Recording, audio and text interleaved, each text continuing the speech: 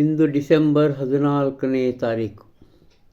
Today is ours ಈ ಪುಸ್ತಕದಲ್ಲಿರುವಂತಹ ಈ ಒಂದು ಶ್ರೇಷ್ಠ ಬರಹ ಶಿರೋನಾಮೆ the better doctor for it.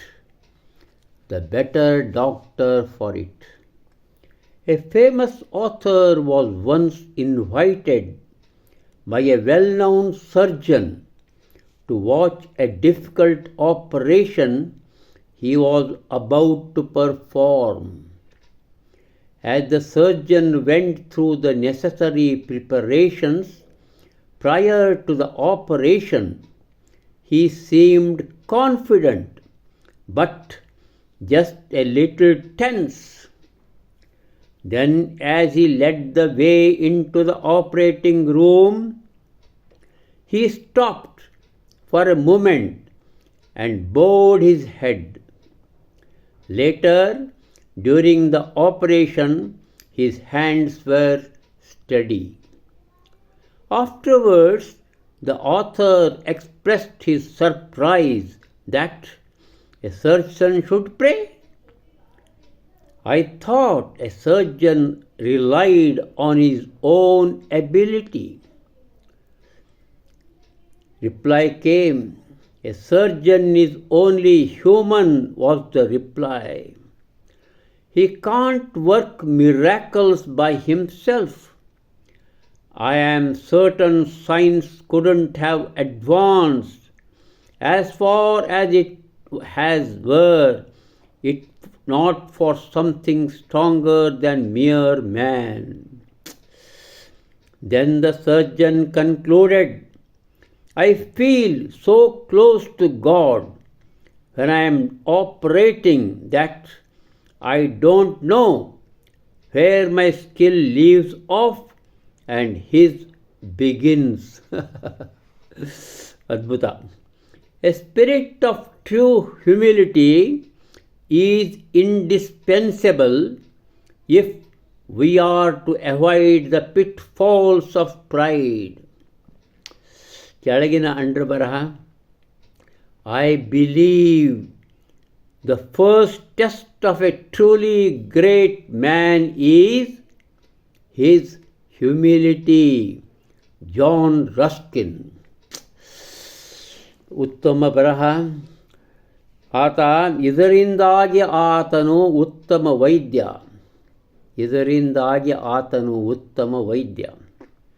ಓರ್ವ ಪ್ರಸಿದ್ಧ ಬರಹಗಾರ ಒಮ್ಮೆ ಒಬ್ಬ ಪ್ರಖ್ಯಾತನಾದಂಥ ಶಸ್ತ್ರಚಿಕಿತ್ಸಕ ವೈದ್ಯ ಡಾಕ್ಟರಿಂದ ಆಮಂತ್ರಿಸಲ್ಪಡ್ತಾನೆ. ಎದಕ್ಕಂದ್ರೆ ತಾನು ಮಾಡುತ್ತಿರುವ ಒಂದು ಕಠಿಣವಾದ ಶಸ್ತ್ರಚಿಕಿತ್ಸೆಯನ್ನು ನೋಡಲಿಕ್ಕೆ ಅವಾಗದನ್ನು ತೋರಿಸ್ಬೇಕಾಗಿರ್ತದೆ. ಇನ್ನೇನು ಶಸ್ತ್ರಚಿಕಿತ್ಸೆಯ ಸಮಯ ಬಂತು. ಎಲ್ಲ ಅವಶ್ಯಕತೆಯ ತಯಾರಿ ಆಗ್ತಾ ಇತ್ತು. ಡಾಕ್ಟರ ಅತ್ಯಂತ ಆತ್ಮವಿಶ್ವಾಸ ತುಂಬಿದವನಂತೆ ಕಾಣ್ತಾನೆ, ಆದರೂ ಸ್ವಲ್ಪ ಉದ್ವೇಗದವನಾಗಿರ್ತಾನೆ. ಬರಹಗಾರನ ಸಂಗಡ ಶಸ್ತ್ರಚಿಕಿತ್ಸಾ ಕೊಠಡಿಯತ್ತೆ ಆತ ಹೆಜ್ಜೆ ಹಾಕ್ತಾನೆ. ಅಲ್ಲಿ ಬಾಗಿಲ ಒಳಗೆ ಸ್ವಲ್ಪ ನಿಲ್ತಾನೆ. ನಿಂತು ತನ್ನ ಶಿರವನ್ನು ಬಾಗಿಸ್ತಾನೆ. ನಂತರದಲ್ಲಿ ಅವನ ಕೈಗಳು ಸದೃಢವಾಗಿ ಶಸ್ತ್ರಚಿಕಿತ್ಸೆಯನ್ನು ಮಾಡುತ್ತಾನೆ. ನಂತರ ಆ ಬರಹಗಾರ ತನ್ನ ಆಶ್ಚರ್ಯವನ್ನು ವ್ಯಕ್ತಪಡಿಸ್ತಾ ಕೇಳ್ತಾನೆ, ಶಸ್ತ್ರಚಿಕಿತ್ಸೆ ಮಾಡೋಕ್ಕೆ ಮೊದಲೇ ಪ್ರಾರ್ಥಿಸಲೇಬೇಕೇ? ನಾನು ತಿಳಿದಿದ್ದೆ ನೀವು ಶಸ್ತ್ರಚಿಕಿತ್ಸಕರು, ಪ್ರಸಿದ್ಧರು, ತಮ್ಮ ಸ್ವಂತ ಸಾಮರ್ಥ್ಯದ ಮೇಲೆ ಅವಲಂಬಿಸಿದವರು ಅಂಥೇಳಿ. ಆಗ ಆ ವೈದ್ಯ ಉತ್ತರ ಕೊಡ್ತಾನೆ, ನೋಡು, ಓರ್ವ ಶಸ್ತ್ರಚಿಕಿತ್ಸಕ ಯಾರು? ಅವ ಒಬ್ಬ ಮನುಷ್ಯ, ಮಾನವ.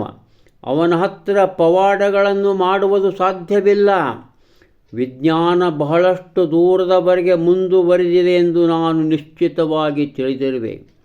ಮನುಷ್ಯ ಕೇಳಿದ ಕೇವಲ ಮನುಷ್ಯ ಯಾವುದೇ ಹೆಚ್ಚುಯುತವಾದ ಶಕ್ತಿಯುತವಾದ ಕಾರ್ಯಗಳು ಇಲ್ಲ. ನಂತರ ಆ ಶಸ್ತ್ರಚಿಕಿತ್ಸಕ ಮುಕ್ತಾಯದ ಮಾತುಗಳನ್ನಾಡ್ತಾನೆ, ನಾನು ಶಸ್ತ್ರಚಿಕಿತ್ಸೆ ಮಾಡುವಾಗ ದೇವರ ಹತ್ತಿರ ತುಂಬ ಸನಿಹದಲ್ಲಿ ಇದ್ದ ಭಾವದಲ್ಲಿರುತ್ತೇನೆ.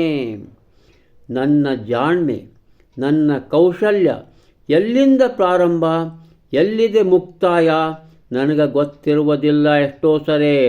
ಅಂದರೆ ದೇವರೂ ಸಹ ನನ್ನೊಳಗೆ ಇದ್ದು ಅದನ್ನೆಲ್ಲ ಮಾಡಿಸುತ್ತಾನೆ ಎಂಬ ಭಾವದವನಾಗ್ತಾನೆ. ನಿಜವಾದ ನಮ್ರತೆ, ನಿಜವಾದ ವಿನಯವಂತಿಕೆ, ಆ ಚೈತನ್ಯ, ನಾವು ನಮ್ಮ ಅಭಿಮಾನ ಭಾಳಿಟ್ಕೊಂಡ್ರೆ ಆ ಅಪಾಯದ ತೆಗ್ಗಿನಲ್ಲಿ ಅಪಾಯವನ್ನು ತಪ್ಪಿಸಿಕೊಳ್ಳಲಿಕ್ಕೆ ಅನಿವಾರ್ಯವಾಗ್ತದೆ. ಅಭಿಮಾನ ಭಾಳ ಪಟ್ರೆ. ಆದರೆ ನಮ್ರತೆಯಿಂದ, ವಿನಯವಂತಿಕೆಯಿಂದ ಆ ಡಾಕ್ಟರ್ ಕೆಲಸ ಮಾಡ್ತಾ ಇರ್ತಾನೆಂಬುದನ್ನು ತೋರಿಸ್ತಾ ಇದ್ದಾರೆ ಇಲ್ಲಿ ಮಾಲೂಸ್ ಅವರು.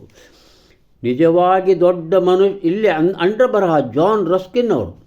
ಯಾರು ಇವರು ಜಾನ್ ರಸ್ಕಿನ್?